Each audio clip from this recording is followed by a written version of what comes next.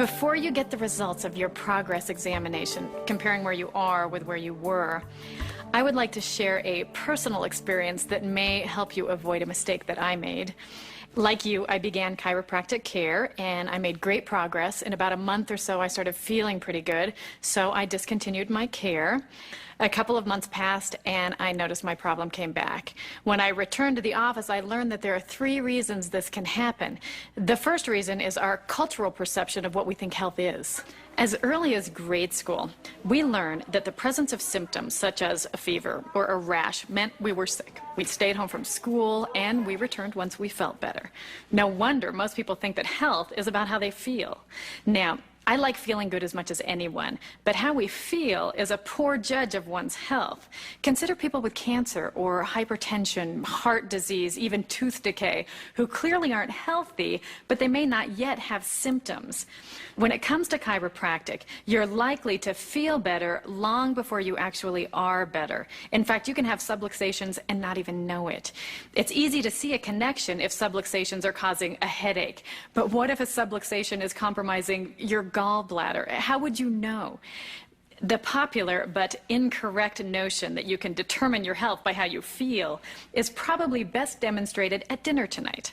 Let's say you decide to celebrate your progress with dinner out. The atmosphere is great, the food tastes wonderful, but 2 hours later you get an upset stomach and you start vomiting. You've probably been taught to think that symptoms like vomiting or an upset stomach mean you're sick, when in fact, vomiting to expel improperly prepared food is a very healthy response. It means your body is working right.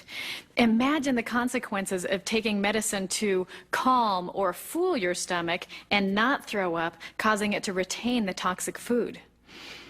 The second reason my problem came back is because of this physical damage that had occurred from years of neglect before I knew about chiropractic care. Most adults have underlying spinal problems long before an event that prompts them to seek care.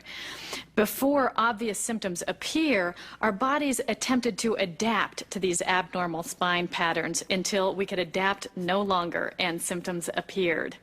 That's why many adults are predisposed to a relapse. As effective as chiropractic can be, it takes more than a couple of visits to retrain the supporting muscles and soft tissues of the spine. Just as you can't expect to lose weight by skipping a dessert or 2, or expect to firm and tone your body with just 1 or 2 visits to the gym, lasting changes take time. This is why it's so important that newborns and children get chiropractic checkups. Imagine the trauma from the birth process or learning to walk or to ride a bike, and later heavy school book bags and contact sports can further set the stage for the more difficult to correct problems that are seen later in adults. I went through my whole pregnancy with a chiropractor, and my baby has been adjusted for 5 years now. When my daughter started having growing pains, which I had as a child, I decided to have her checked out. My 2-year-old gets adjusted. My 5-year-old is the one who got such incredible relief. It cracks me up because when she goes to see her pediatrician for a wellness check each year, it's the only time she really sees a pediatrician, is he has her bend over and compliments her on what a straight back she has. Look at that vertebrae, it's just perfectly straight, and I'm like, yeah, yeah it is. The third reason why many of us suffer a relapse is environmental in nature. Today's stressful lifestyles, repetitive motions, polluted environment, nutrient-poor foods, and other aspects of our busy lives can affect the spine and nervous system. Even the way you're sitting right now can stress your spine. That's why many people include periodic chiropractic checkups along with brushing and flossing their teeth, regular eye examinations, aerobic exercise, bathing, and other healthy habits. In fact, there's a growing interest in what's called wellness.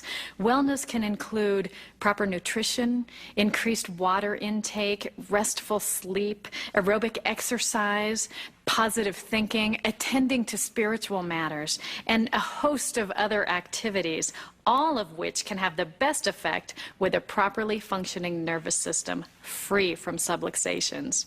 Whether you decide to continue your chiropractic care is entirely up to you. Either way, your wishes will be honored and your decision respected. But I'd like to ask you a favor. Somehow you found out about chiropractic care.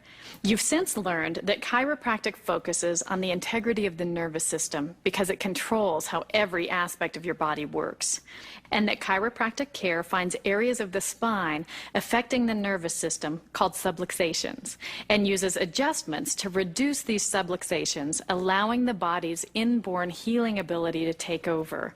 You've learned that chiropractic care is safe, and by now you know that chiropractic care works.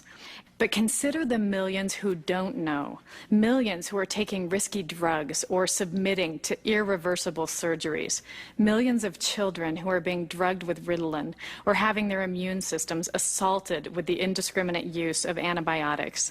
Consider the millions who are suffering because they don't know what you know. Please share what you've learned with others, starting with your family. Supply information, answer questions, help everyone understand the simple truth about the incredible healing power of their own body, free from the interference of subluxation.